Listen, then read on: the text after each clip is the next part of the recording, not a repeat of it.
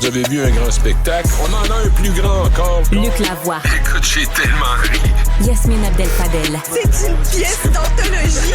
La rencontre, Lavoie Abdel-Fadel. Un autre mea culpa de l'UPAC, Luc. Une reconnaissance d'erreur. L'unité permanente anticollusion, anticorruption, je devrais dire, et a présenté finalement, a fait reconnu ses erreurs d'enquête auprès de deux de ses propres employés. Voilà. Ils ont reconnu qu'ils avaient mené une enquête un peu bâclée, beaucoup. Ils n'utilisent pas le mot « excuse ». Non. Ils utilisent des mots comme « ce n'était pas selon les standards » ou c'était des expressions comme celle-là qu'ils utilisent. Et moi, la raison pour laquelle je voulais en parler aujourd'hui, d'abord, on vient d'apprendre la nouvelle, mais aussi, on se souvient du cas du député Guy Ouellet. Oui. Qui avait été arrêté. On se souvient, c'était rocambolesque, là. Il avait été arrêté, puis il y avait des cellulaires. En fait, j'ai jamais trop compris ce qui est arrivé. Puis l'Assemblée nationale qui a voté une motion. Et puis, ultimement, Guy Ouellet les a poursuivis. Puis il a eu droit à des excuses, puis à un règlement hors cours qui demeure évidemment confidentiel. Là, il y a ces deux personnes. Qu'est-ce qu'on fait avec Jean Charest? Il a été premier ministre du Québec pendant une décennie. Comment ça se fait qu'on s'excuse à son ancien policier? On reconnaît nos erreurs? Non, même pas. Même que dans le cas de Guy Ouellet, tu t'en rappelles peut-être, M. Gaudreau, là, celui qui a succédé à Lafrenière à la tête de l'UPAC, avait fait une sortie publique, ça faisait partie de l'entente, pour dire on s'excuse. Jean Charest, non. Il a fallu qu'il poursuive. Et il a gagné. Et il n'y a toujours pas d'excuses. Et je trouve ça complètement inacceptable. Jean Charest, ancien premier ministre du Québec, n'a pas de droit supérieur aux autres citoyens du Québec. Mais il y a les mêmes. Mais il y a exactement. Il n'y en a pas moins. Ils ont empoisonné sa vie, la vie de sa famille, pendant une décennie, à faire des niaiseries. Il y a même un enfant qui est mort pendant qu'il y avait une filature qui se faisait dans le cadre de l'enquête, puis il y a eu un accident alors qu'ils accéléraient à 100 quelques kilomètres heure en pleine ville. Tout ça, on touche pas à ça, c'est Jean Charest. Tu sais, alors, ça me fait un peu penser à François Legault, le très subtil François Legault, qui, dans ses crises récentes, là, au mois de décembre, avait dit « Y a-t-il quelque chose de plus insultant que de se faire traiter de Jean Charest? » J'en revenais pas. C'est incompréhensible qu'un premier ministre puisse ternir l'image d'un autre premier ministre. Oui, d'autant plus que tu as une enquête qui a coûté des millions de dollars, qui a impliqué des dizaines et des dizaines de policiers spécialistes de tout ce que tu voudras. 300 entrevues. Ah oui. Dont des gens qui... Moi, je l'ai pas été, j'ai rien ajouté, j'étais pas dans ça, mais je connais des gens qui ont reçu la visite de la police, puis les questions qu'on leur posait étaient tellement épaisses. C'était « Hey! » Mais je vais vous le dire, Lucien Bouchard. Ils m'ont demandé à voir Lucien Bouchard. Alors, Bouchard les rencontre, puis ils lui disent « Dites-nous donc, c'est quoi la vérité sur le pont d'or? » Tu sais, ce qui a amené... Le fameux pont d'or, là. Puis M. Bouchard leur dit « Mais pourquoi Lucien Bouchard le saurait? » Ben pourquoi il pose la question? Pourquoi il le saurait? Et de quoi s'agit-il? Et de quoi parle-t-il? Tu sais, ça avait l'air de...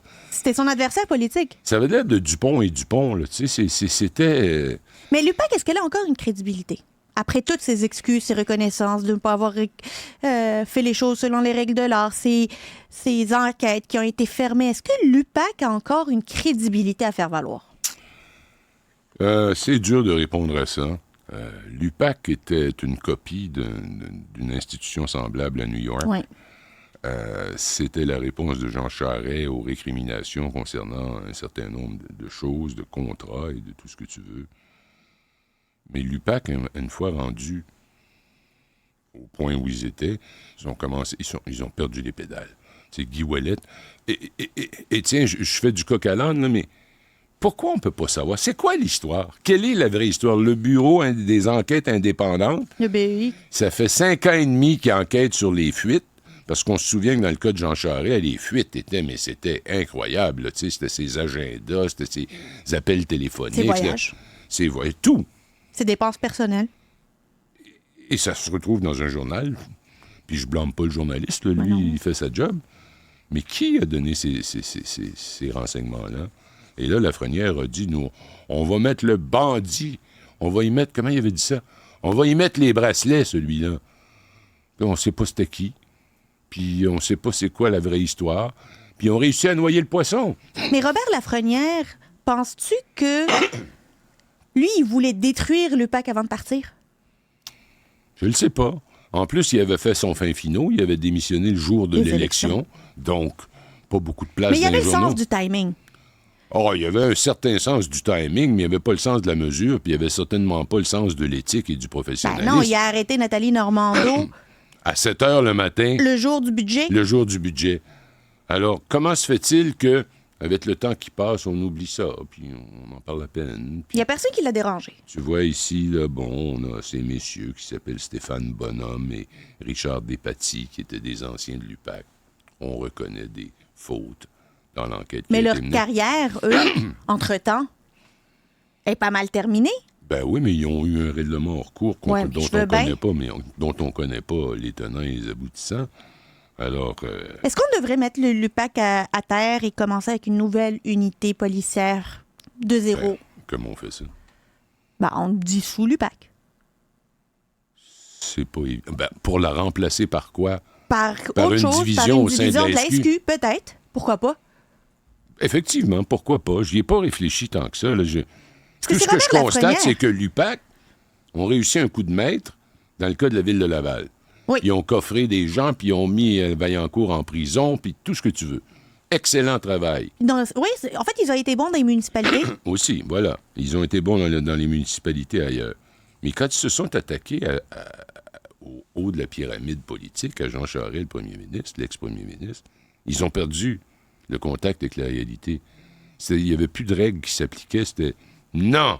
Nous autres, on a décidé que, puis voilà. Puis le juge là, qui a rendu son jugement, là, leur a tapé dessus, a ouvert la porte pour un autre... Et c'est après tout ça, que Legault, le très subtil François Legault, dit, ben il y a des limites. Y a-t-il quelque chose de plus insultant que se faire traiter de Jean Charest? Quand j'ai entendu ça, j'ai dit, il est malade? De quoi parle-t-il? Attends qu'il quitte la politique, puis qu'il y a une affaire comme celle-là qui s'attaque à lui. Le monde oublie qu'il va faire partie de ce club sélect de personnes qui ont été à la tête de cet État, à la tête du Québec. Ils sont pas beaucoup. Non, ils sont pas nombreux. Puis, tu sais quoi, on devrait les respecter, pas pour leur couleur politique, mais parce qu'ils ont dirigé le Québec. À tout le moins, ils méritent que s'il y a enquête, parce qu'on peut pas empêcher les corps policiers d'enquêter, évidemment. Mais que ça se fasse à l'intérieur des règles de l'art, à l'intérieur de l'acceptable, à l'intérieur des droits, pas des droits, mais des règles d'une société de droit. C'est pas le cas du tout. Et à ce jour, Jean Charest, pas un mot. Pas un mot de l'UPAC. Rien. Et ça a coûté des millions. Ils ont tout fait pour le pincer. C'était plus une enquête, là, c'était une chasse. Là. On va l'attraper, on va y monter toutes sortes de... On sait pas tout. Moi, j'aurais aimé connaître la vraie histoire. La vraie histoire de Guy Ouellette, j'aurais aimé ça connaître ça. Qu'on accuse ou qu'on s'excuse, c'est ce que Jacques Chagnon avait déclaré à l'Assemblée nationale de manière très solennelle dans le cas de Guy Ouellette. Et je pense que ça a créé une assez grande pression parce que là, l'Assemblée parlait d'une seule voix. Ouais. Qu'on accuse ou qu'on s'excuse pour un élu ou pour tout autre citoyen, soit-il un premier ministre ou une personne sans abri, ça ne change strictement rien. Tu te rends compte, là, ils avaient piégé le gars qui présidait un comité parlementaire qui recevait Robert Lafrenière. Voilà. Alors, il faut le faire. Là. En pleine journée, un piège qui lui est lancé comme si de rien n'était. Ça fait peur dans notre démocratie. C'est très épeurant, ce genre d'affaires. Le Clavois, joyeux Pâques. À toi aussi. Au revoir.